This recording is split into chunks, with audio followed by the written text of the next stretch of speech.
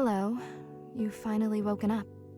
You must be feeling lost and confused right now, unsure of where you are and who I am. Don't worry, I'm here to help you. I need to tell you something that might be hard for you to hear, but it's important that you know. This isn't the first time this has happened. You've woken up with no memory before. Every night, your memory is reset. You cannot remember yesterday or any day before that. After a failed suicide attempt, you went through a lot of stress, and that's why you can't remember things. Oh, I forgot to introduce myself. My apologies. My name is Marana. Your mom hired me to look after you, as every night you wake up, oblivious to the world around you. My role is to be a beacon in the early hours, to help you navigate through the confusion. Of course, I am also here to assist you in regaining your memory. By the way, my duty is to provide you with a guide on what to do when I'm not around, and where to find essential items you might need. Here, this is the guide. As you can see, it's a bit worn out since you've used it prior. In case of emergencies, the first aid kit is in your cabinet at the very bottom. You'll instantly recognize it. It looks like a typical first aid kit.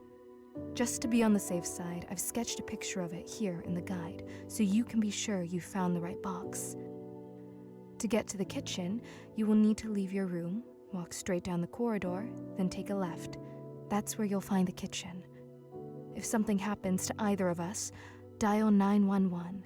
That's the number for emergency services. Your phone is on the table. The phone is switched on and fully charged. You've always had a knack for figuring out how to use it, so I'm sure you won't have any issues there. What else was there? I feel like I'm forgetting something. Oh, right. If you have to call an ambulance, you'll need to know your address. It's 4 Buttiff Street, Arc City. It might be a bit challenging to remember right now, so I understand. However, everything I have just told you is written down on this note. Please, keep it safe and always have it with you, okay? Great. You're doing very well. Now, to add a little joy to the moment, I've prepared something special for you. I cooked your all-time favorite dish, toast with egg. It's important to fuel your body. After eating, I can give you a tour around your room and help you discover more about your life that's been temporarily forgotten. So don't rush yourself. Eat at your own pace. I'll be here.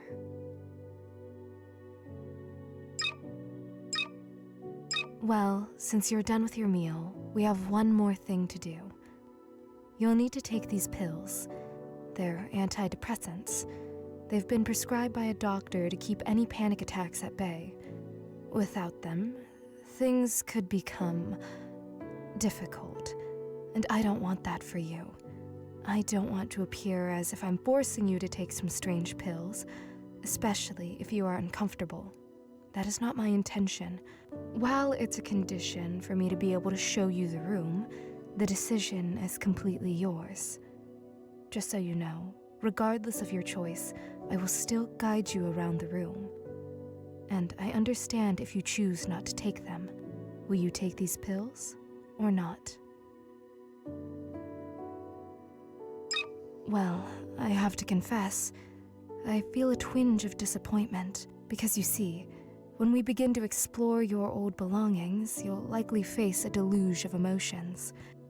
And this emotional onslaught, it could simply shatter you, triggering a panic attack and potentially causing you to faint. And moreover, your mother was quite insistent that you take these pills. I wouldn't want to face her wrath if you don't. So, I'm going to ask you one last time. Are you absolutely sure you won't take them? It's odd, really. In the past, you've been more willing to trust me. But now, for some reason, you've decided to reject both my advice and your mother's. I find it deeply saddening, because I am responsible for you, and I bear the weight of your actions as well. But I won't impose on your decision. So be it. No pills for now. We'll still inspect your room, though. I made a promise, and I intend to keep it. You will see every nook and cranny of your space.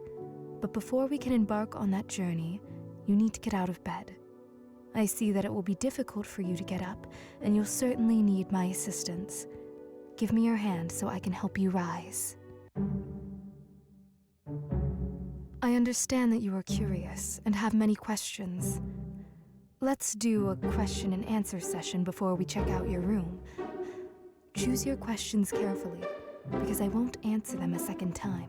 Of course, you can save and revisit these questions, but where's the thrill in that? Trust your initial instinct. That's my advice. So, what do you want to know?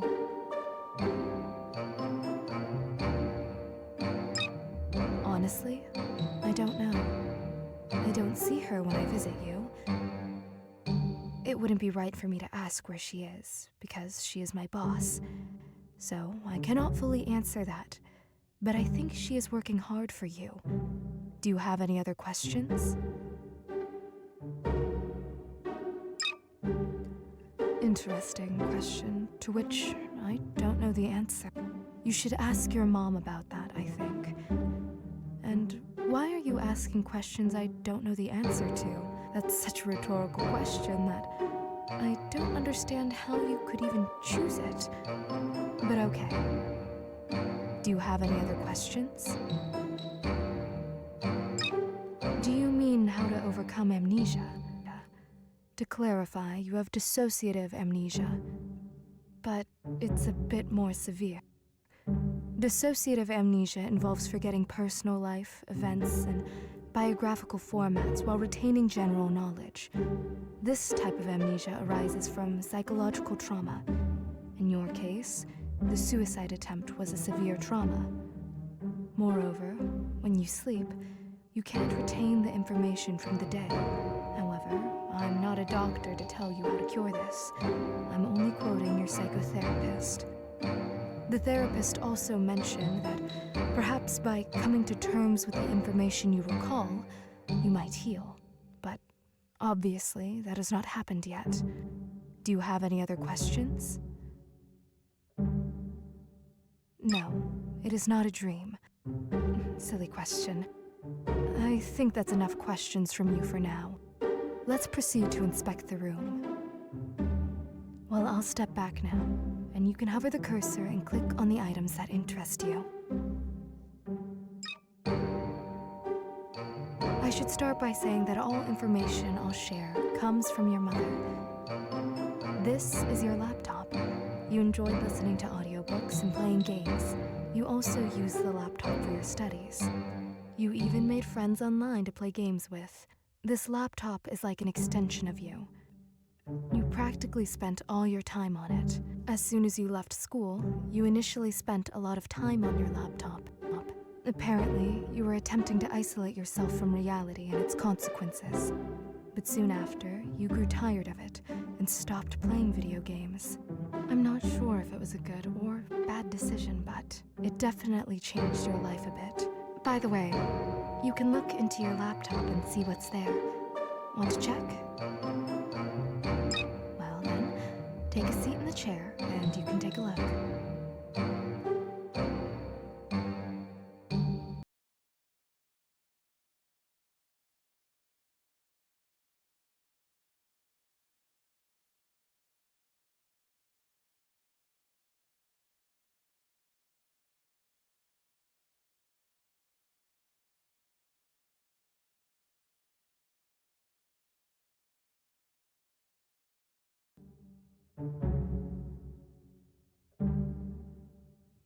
Yes, you really did. As you can see, not every story has a happy ending. But you're always trying to make stories with happy endings, like those in movies. I think the story with the ballet dancer shouldn't have ended like that. That ending was so stupid, like, what? Why? The story could have ended when Alara realizes the memories are fading and she's not happy anymore. The part about her finding a new love interest is so far-fetched. But the other stories? I really enjoyed them. You're a good writer, I think. Oh, no. I just confessed to looking at your laptop. Sorry. I didn't mean to. I'm just a bit tired from work, and when you sleep, I read those stories. Or I go to internet forums. They're funny, I think. Sorry, again. But since you don't have much information on your laptop anyway, it's not a problem at all. You can continue looking around the room.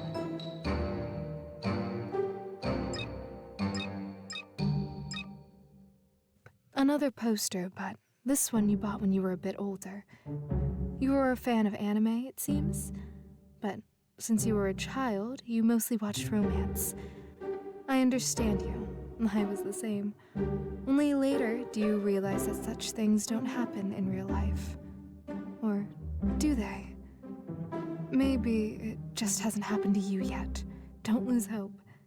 Anything can happen in the future, right? But that's not really important. Later, you regretted buying the poster, but you can't take it down because it would ruin the wallpapers. This is a poster of a rock band you liked as a child. You know, you used to buy these posters and stick them up, but later on you thought it was a bad decision. At least this poster still hangs here, reminding you of your childhood and how you were a huge fan of this band. I think removing the poster is not a good idea. It would take off the wallpaper as well, ruining the look of your apartment. You can continue looking around the room.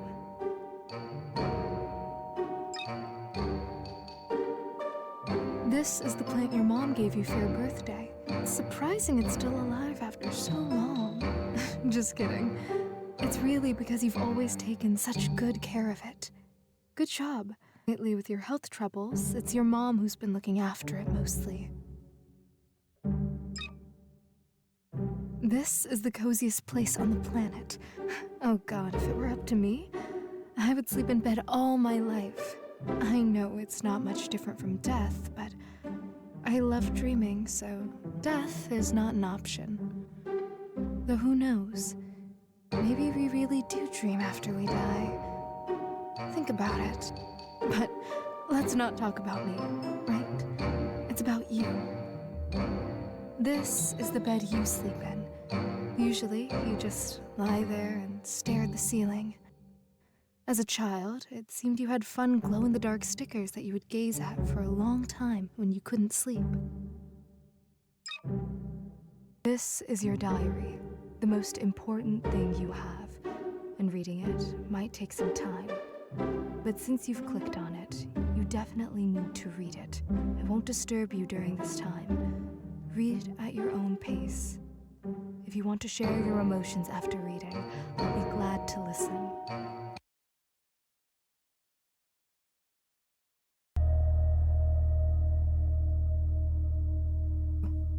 Oh my God, how can someone be so stupid? I just can't anymore. Where is your intelligence? How can someone be like that? Haven't you tried thinking? I am not real, and even a fool would understand that, right? Even someone who hit their head 100 times could figure that out. But the nonsense in the diary that you made up, do you really believe all that? I understand it's a very sad story, but even this sad story is made up by you. Why invent such a tragic story for yourself? For a friend and a boyfriend? You hate the truth, don't you? Well, think about it again. Truth is, you never had any friends. You didn't have a Rhea or a boyfriend either. You made them up. Just like you made me up. Practically everything you wrote in the diary is not true, but fiction. Think about it again. You write in your diary about how your boyfriend and your friend ignored the fact that you suddenly disappeared. What nonsense is that?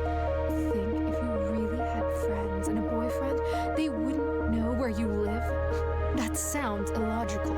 Very illogical. Damn it, illogical. Do you really think they wouldn't visit you if you suddenly disappeared? Something like, oh, my best friend disappeared without telling me anything, and I'll just do absolutely nothing. Or, yes, I love her, but she disappeared and I'll just accept it. That sounds stupid. Don't tell me you actually believe they would continue their lives with your disappearance. Even considering that you're in school and you are practically children who can't do anything in this situation, your friends or your boyfriend wouldn't abandon you. They would try to find you. Something might have happened to you. Do you understand what I mean? But unfortunately, all of this is just your imagination. No one is going to look for you. In reality, you're just a lonely girl with schizophrenia and a bunch of psychological disorders who doesn't leave her home. You've had this illness since childhood. You didn't go to kindergarten or school because of it, and your mom kept you at home. You hardly saw the sunlight in your life. Not that it's her fault. She was scared to let you out among people because you always acted strangely, and other children always laughed at you and bullied you. Your father left your family not because of some student he found, but because of you, and you know it. It's all because of you. You've gotten too caught up in your own play. I'm tired of being in it. I'm leaving. Stay by yourself and enjoy the solitude, since you love to suffer, right?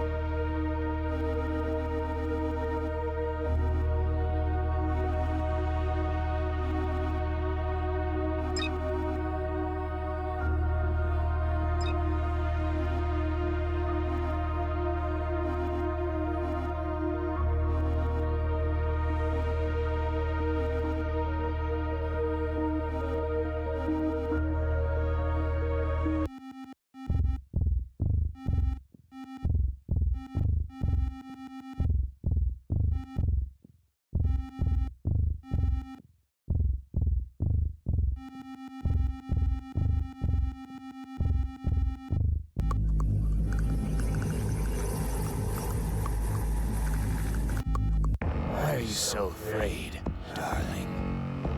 Can't even turn your head. Am I that terrifying to you? You're insulting me with this kind of behavior.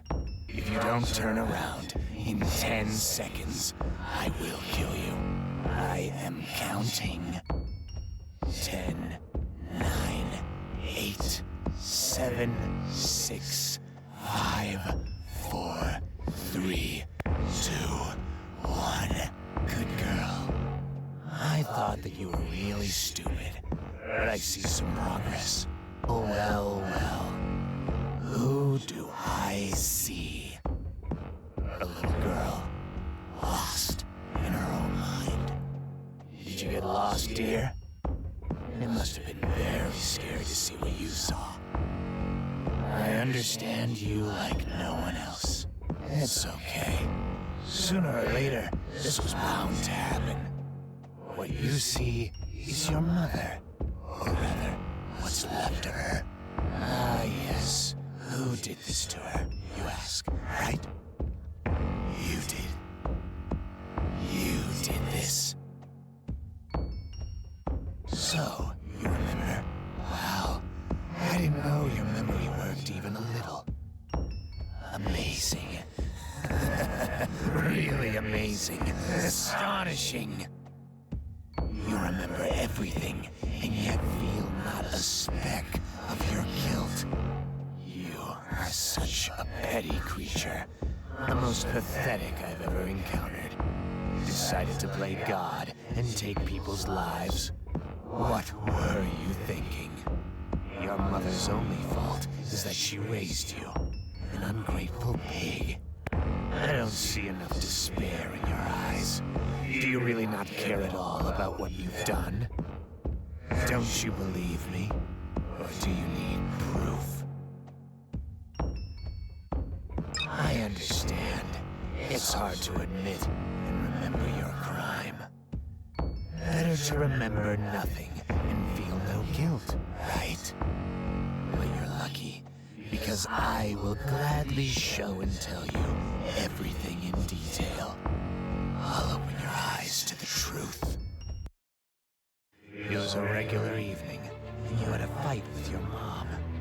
You had been arguing quite a bit lately, mostly about trivial things, and it no longer surprised you. You had gotten used to it.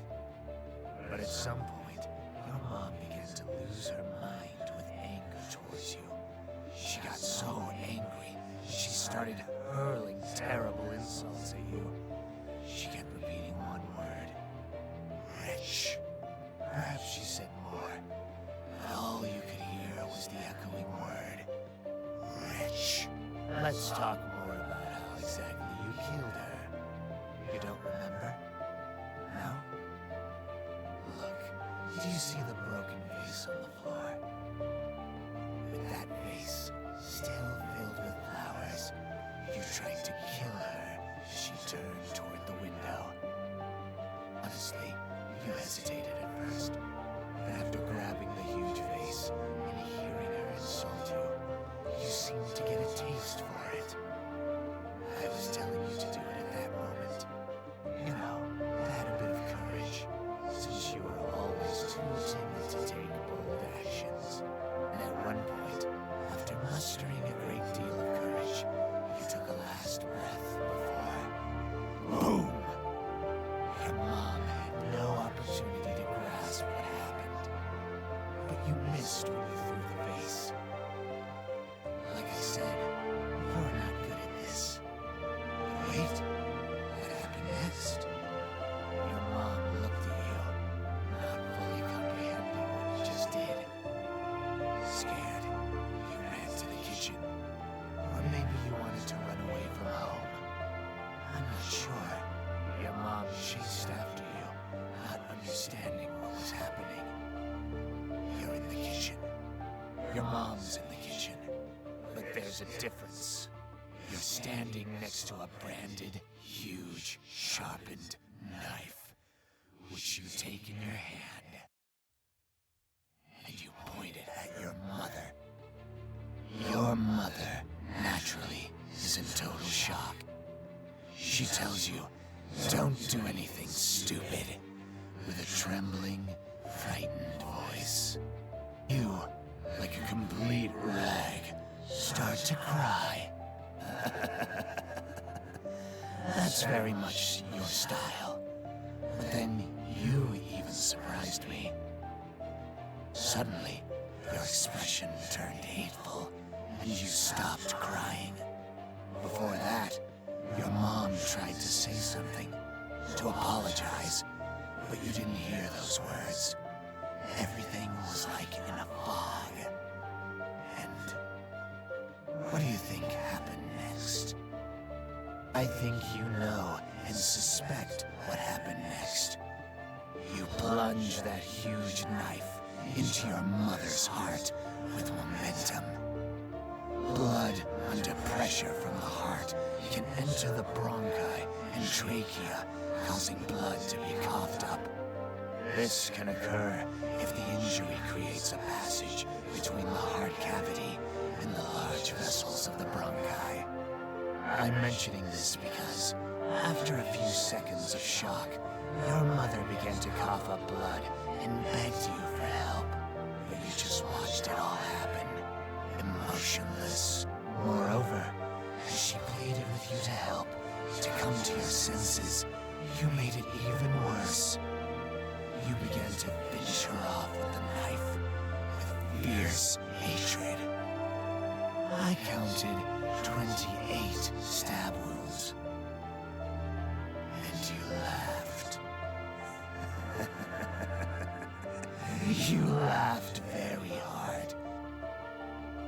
With difficulty, you dragged her body to a room. Later, you washed the blood off the floor as if nothing had happened. You propped a rag against the door to stop the smell of the corpse from spreading, closed it, and never entered again. You're probably in shock, aren't you?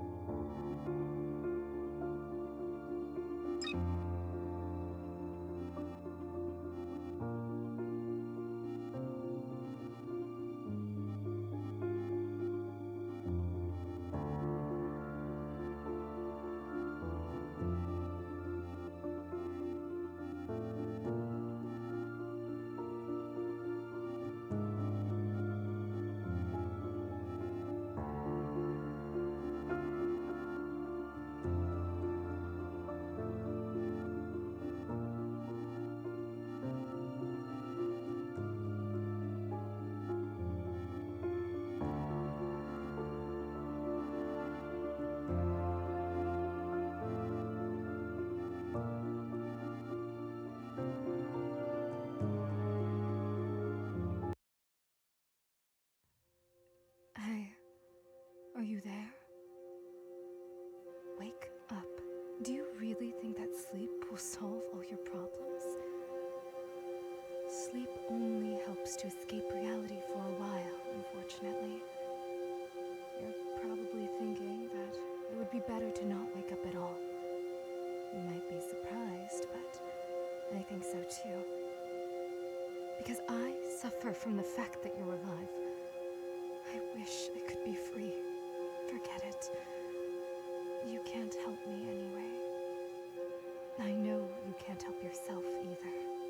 I thought there were no situations in life without a way out. But your situation, there is a way out. Honestly, but it's kind of a dead end. It's chosen when people think there's no other way. I feel sad for you. And sad to see you suffer. I'm speaking honestly, putting aside the image you've created of me. You just wanted to be healthy. Have a friend, boyfriend, go to school. So many kids have these things, but don't appreciate them because they consider it normal. You, a lonely child, were very unlucky in life. You're actually smart and pretty. Unfortunately, you'll keep losing your mind more and more. And soon, you won't be able to distinguish imagination from reality. I feel like I should help you, even though you want to see me as a monster. It may seem untrue, but in the deepest corner of your soul, you wanted to be scared at that time. You wanted adrenaline? I don't know. In any case, monsters won't bother you anymore. And I'm sorry for yelling at you earlier. I don't know what came over me. I didn't mean to. I just wanted to help. We're alone now. I know what you've been through, and you must have many questions. Like whose corpse is lying in the room? I'll tell you right away, I don't know. I'm just your imagination, and I can't distinguish reality from your imagination. You must be feeling terrible right now. Let's go outside instead. Fresh air will help clear your mind. It's night now, and the sky is likely to be especially beautiful. You've hardly ever gone outside before because of your illness. How do you like the idea?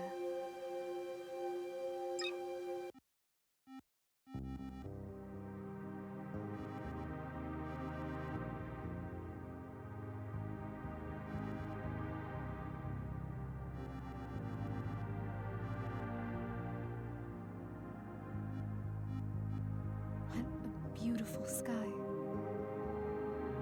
It feels like the stars are trying to talk to us. They twinkle so fast, as if they're sending a signal. Or is it aliens? Just kidding, just kidding.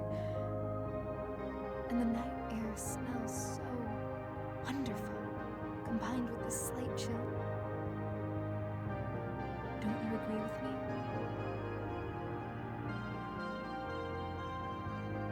Strange, but I understand you. After what you've been through, you clearly don't trust me. To be honest, we didn't just come outside to enjoy the weather. We need to talk about you, about your dreams, regrets, and thoughts. It's very sad for me to say this, but the end is known, and I think you understand what I mean. I'm selfish, trying to sweet-talk you when I myself want to break free from the shackles. But I think you also believe this is the way out, right? I knew you'd answer like that. You're just saying that, but deep down, I know how you feel, because I am you. And you are me. It's strange. I wanted to talk to you, but I don't know how to start the conversation. I guess I'm too anxious. I just feel sorry for you, and I don't know how to help you. There's nothing in the world that would help you, and I know how lonely you feel. You're not alone. You have me after all. You always talk to me when you wanted to get something off your chest. You're a kind person who wouldn't hurt a fly. And I know you have no one to talk to. Even your mother, she was always too busy to talk to you. Video games will never fill the void inside you, and I understand how much your existence in the world torments you. Sometimes you feel it would have been better if you were never born. Even in the event of your death, there's no one who would cry for you, right? That's the most saddening part. Usually it's only family and close ones who hold you back from the edge. But you have no one. I wish I could take your hand, the younger version of you, and lead you away from these problems. That version of you that still doesn't quite understand what makes them different from others, to make you a healthy child. Imagine your life if that were true. You would have a friend, a boyfriend, a loving mother, and a very bright future. It's what you always wanted more than anything in life. Though these are simple things, aren't they? People on the internet, they don't quite fill the void you have inside. Some just disappear without a trace. They delete their account forever, or they just remove you from friends. They start ignoring you as if you were never friends. They all leave. Absolutely everyone, no one will stay with you, and no one would truly worry about you. Though you, if I remember correctly, really cared for them. Sometimes it seems that all people are cruel by nature. They will betray you at the right moment to make it even more painful for you. Io was such an example for you. That's her nickname online. Because of your amnesia, you probably don't remember her. Perhaps it's for the best, but I still need to tell you, because I want you to have a better understanding of yourself. When you were a teenager, you actually had many friends online with whom you often spoke. And since you were children, you shared everything that happened in your life. You became friends with Io shortly before your 13th birthday. You became practically best friends, and you knew about Io's problems in life. Everyone had problems, and you worried about Io, and even cried when she was hurt, always trying to support her. When she was at the toughest moment of life and death, you saved her. But could she do the same for you? Obviously, she didn't do that for you. She just deleted her account at some point when you wrote to her about your problems. Since you knew her by heart, you easily found her new account. She added all the friends from the previous page there. All, except you. And she shared photos where she enjoys life. I can't imagine what you felt looking at this. Sometimes, you even thought about writing to her. Ask what's wrong. Maybe there was a mistake. After all, you wanted to be friends with her. Even if she didn't want to support you, you still wanted to communicate with her, even without her support. That's how lonely you were. I think this has greatly affected you. You still, after years, follow her social networks, where she is happy. And it seems she's already achieved everything in life. I don't know if you're happy for her, or sad, or hate her. What do you feel for her? You're too kind to her. I think your kindness will be your undoing. You never know what a person is fighting with, do you? You might think she had reasons for such an act. You're very kind, truly.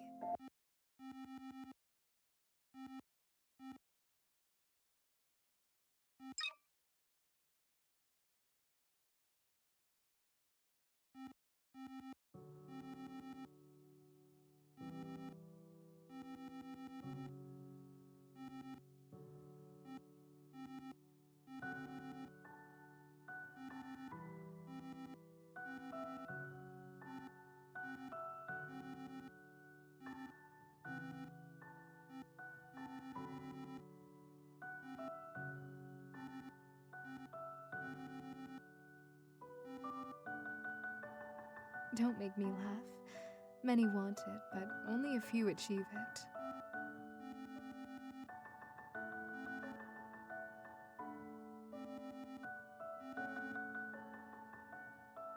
For the better? That's a subjective concept. Good and evil are subjective. Even so, everyone has different standards. What seems for the better to you might seem for the worse to many. You understand what I mean? Not at all. Every person is different. What can you do? Someone engages in charity, and for them, it's good. While someone else kills people and considers it charity, as it frees people from a terrible life. Me? Well, you came up with quite the question. How can I handle it? I'm not so thoroughly thought out as a personality. Whatever you come up with, that's what I will be.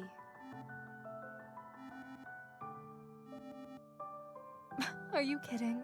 Can you imagine me in that doctor's attire? That's too funny.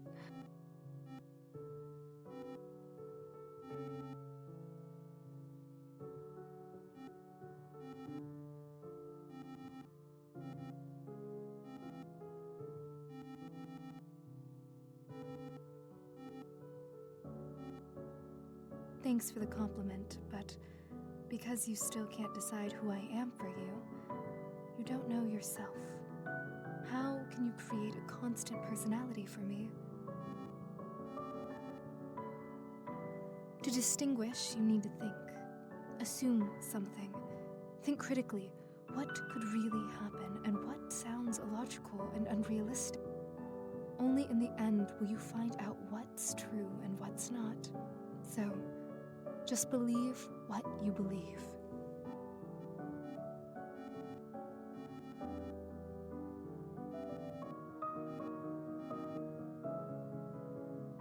No, it shouldn't. You're liberating both yourself and me. You're doing a good thing.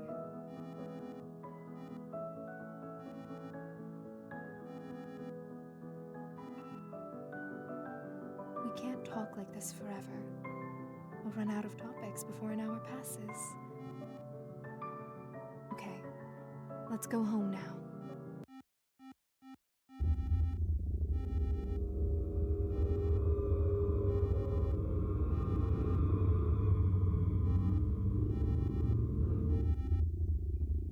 What happened? Why did you stop? What are you thinking about? Why?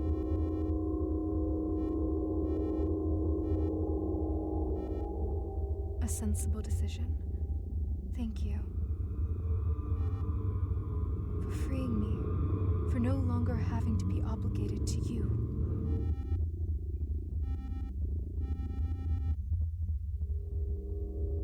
You're welcome. You imagined me to behave this way, didn't you? Apparently, you desperately wanted support and learned to control your hallucinations. Are you scared?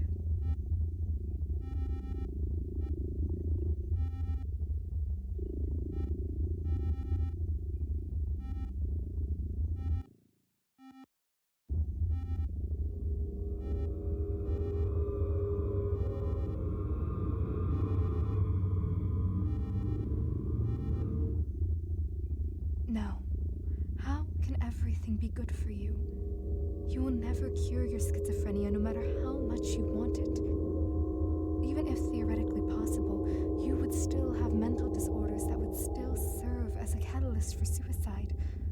Or am I saying something wrong?